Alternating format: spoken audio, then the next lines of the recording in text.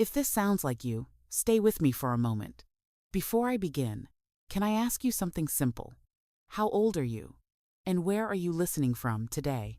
And if you've ever felt quietly pushed aside by the very people you sacrificed everything for, you might want to subscribe, because this story unfolds slowly, and it may feel uncomfortably familiar. I don't know who needs this right now, but I have a feeling it's someone who's been told directly or indirectly that their time has passed. Someone who's been made to feel like their presence is inconvenient, outdated, or unnecessary. The text came in on a Tuesday morning. Nothing dramatic about the timing. I was standing in my kitchen, waiting for the kettle to boil, staring out the window like I always do.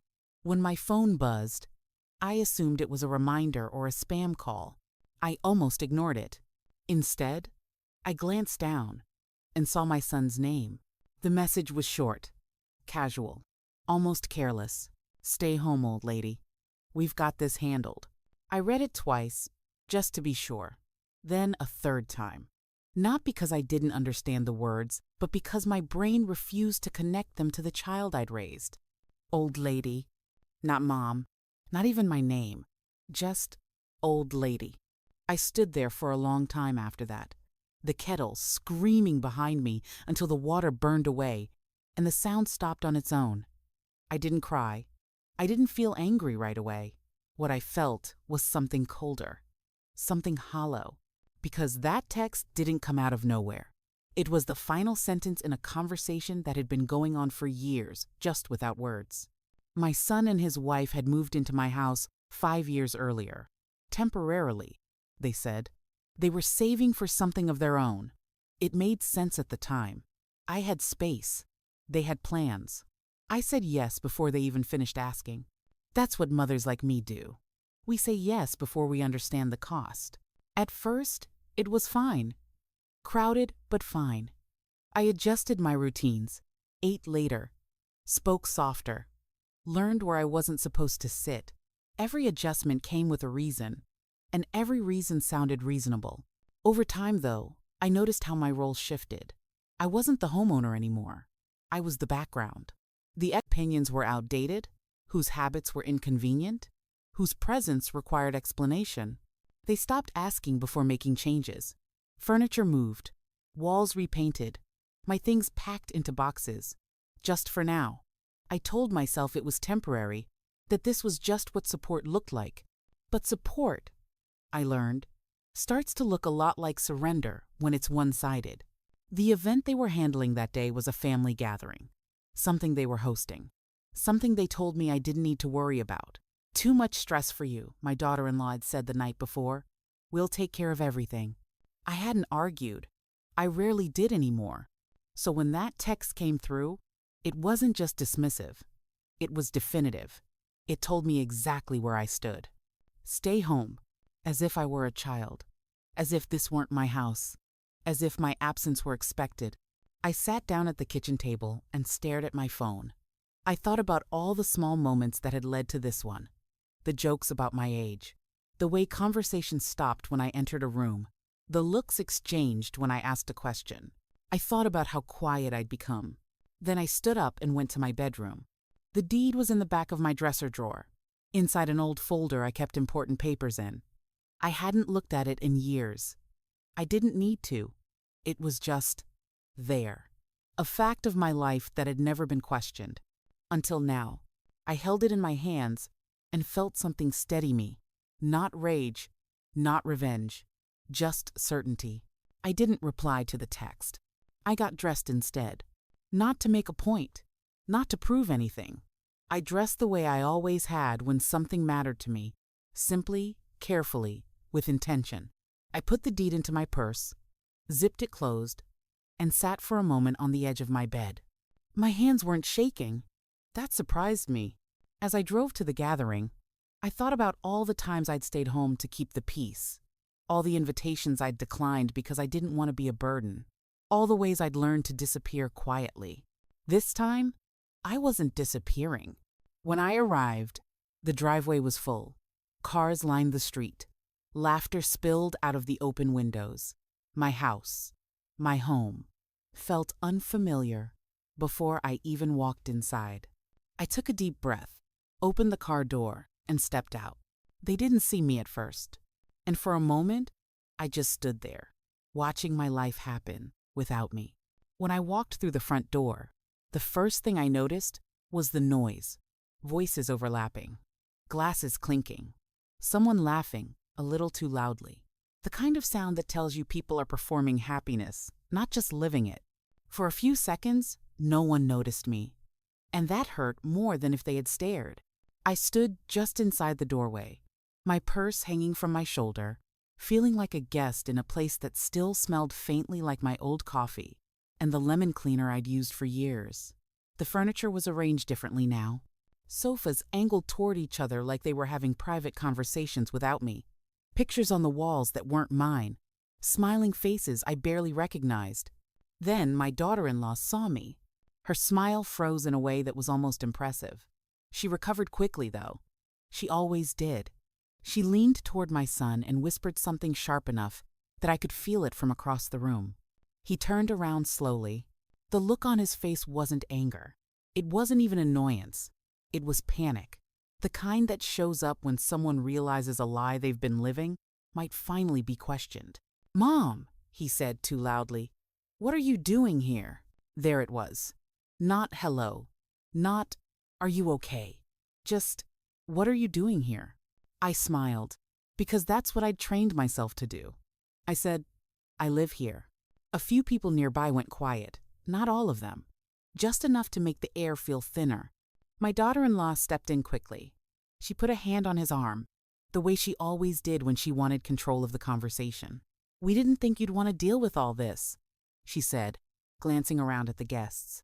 "You know, with your energy levels." "Energy levels." I nodded slowly. "I'm feeling fine." She laughed lightly as if I'd made a joke. "Well, we're almost done setting everything up. Why don't you rest in your room?" My room. Not my house. Not my living room. My room. Like I was a guest with assigned quarters. Something in me shifted then. It wasn't explosive. It was quiet, like a door closing gently but permanently. I looked around at the people who had been invited. Family members, friends, neighbors who'd known me for years. Some of them looked uncomfortable now. Some looked confused. A few looked curious, like they sensed something unsaid hovering between us. I said calmly, "Actually, I won't be resting." My son's jaw tightened. "Mom, not now." That phrase, "not now," as if there were ever a better time to be dismissed. I didn't raise my voice. I didn't need to. "I got a text this morning," I said, looking directly at him, "telling me to stay home." A murmur rippled through the room.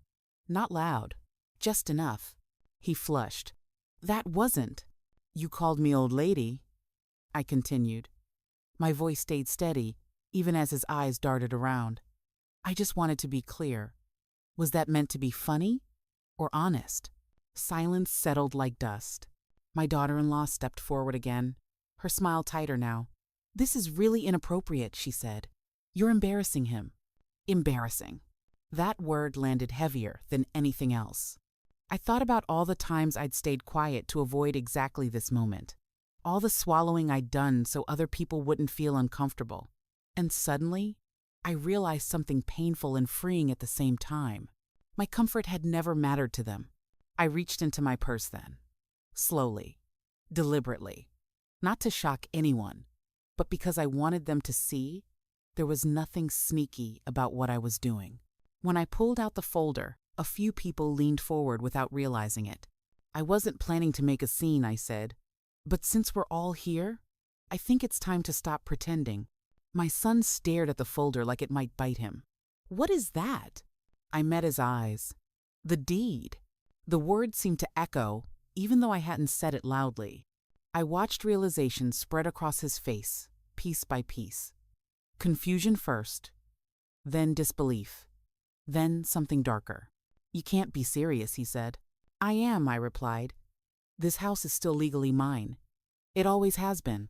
My daughter-in-law laughed, sharp and brittle. "That's ridiculous. We've been paying bills. We've renovated. Everyone knows this is our place now." I nodded. "You've lived here. You've made changes. But ownership isn't about what people assume, it's about what's written. A neighbor cleared his throat awkwardly. Someone else checked their phone. The room felt suddenly smaller, like the walls were inching closer. "You wouldn't," my son said quietly. "Not like this. Not like this." I thought about how they'd texted me, how they'd spoken about me, how they'd decided my presence was optional. I didn't want it to be like this, I said honestly. But I also didn't want to keep disappearing. I placed the folder on the table between us, not as a threat, as a fact. "There are eviction papers inside," I said. "Properly filed. You have time.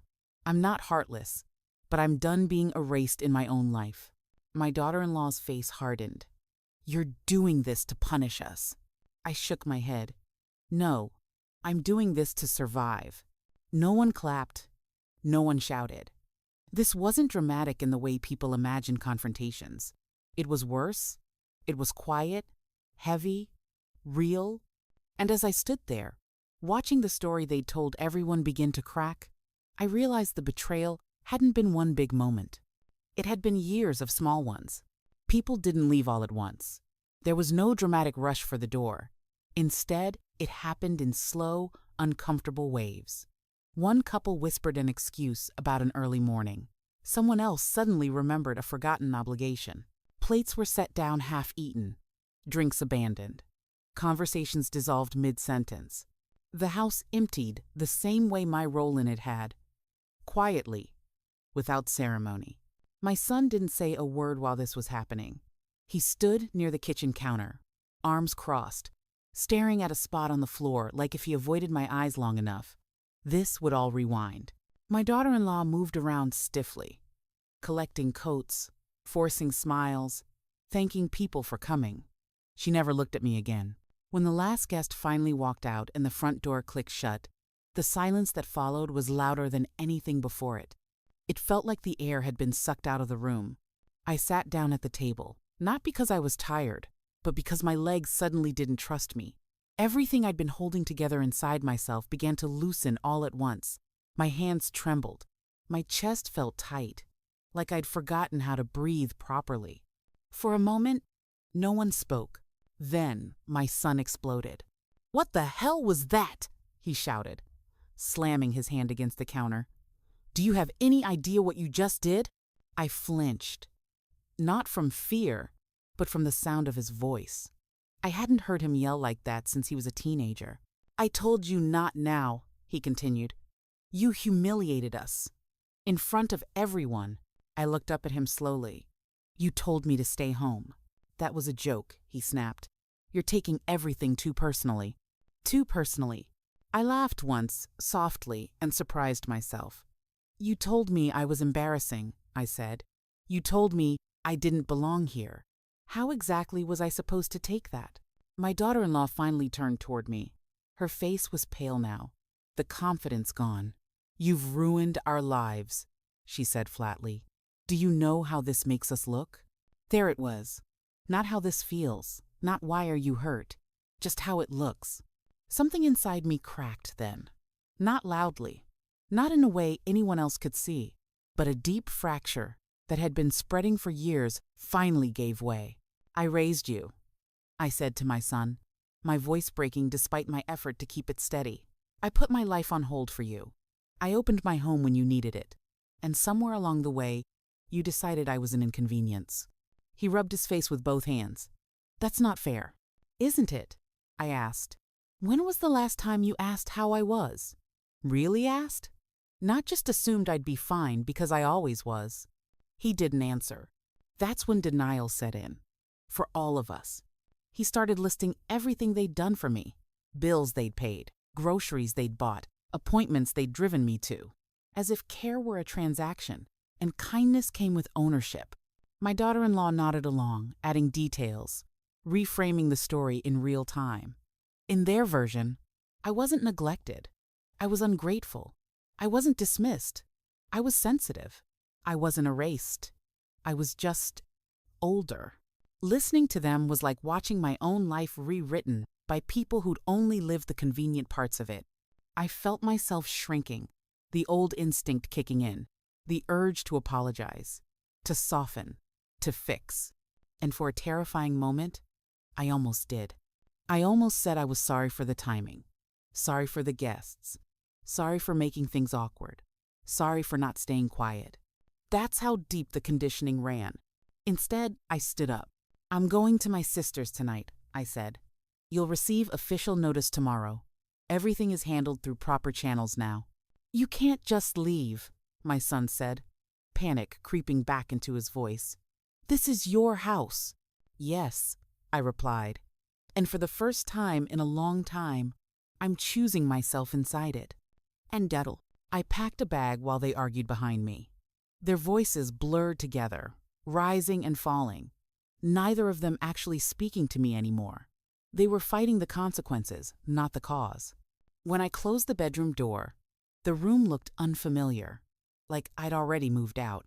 As I drove away that night, the weight of what I'd done hit me all at once. My chest ached. Tears blurred the road. I had to pull over just to breathe. This wasn't victory. It felt like grief.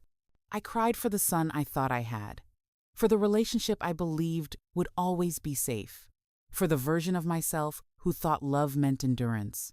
The days that followed were worse. Messages poured in, some angry, some pleading, some manipulative in ways so subtle I almost missed them. Promises to change, accusations of cruelty, silence used as punishment. Family members called divided. Some told me I was brave. Others told me I'd gone too far. A few suggested I should reconsider, because peace, apparently, was more important than dignity. At night, alone in my sister's guest room, I questioned everything. I replayed the scene over and over, wondering if there had been a gentler way, if I'd misread things, if maybe I really was being dramatic.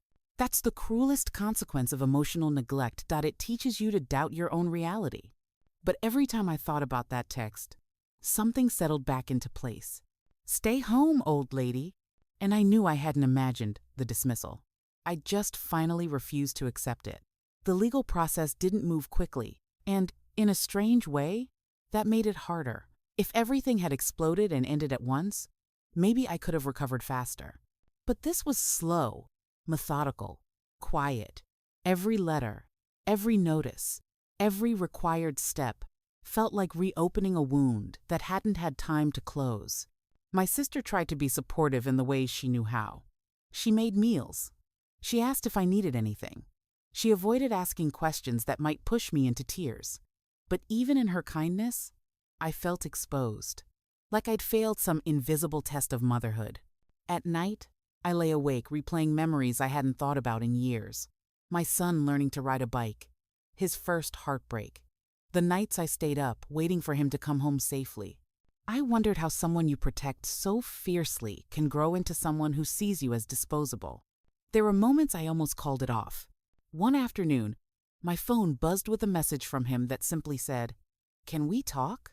3 words, no apology, no acknowledgement, just an opening, vague enough to slip back into old patterns.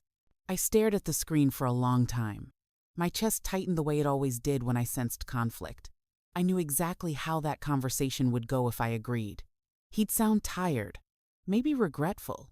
He'd say things had gone too far, that everyone was stressed, that we were family and family doesn't do this to each other, and I'd be expected to fix it. That was when I realized something important. My fear wasn't about losing him.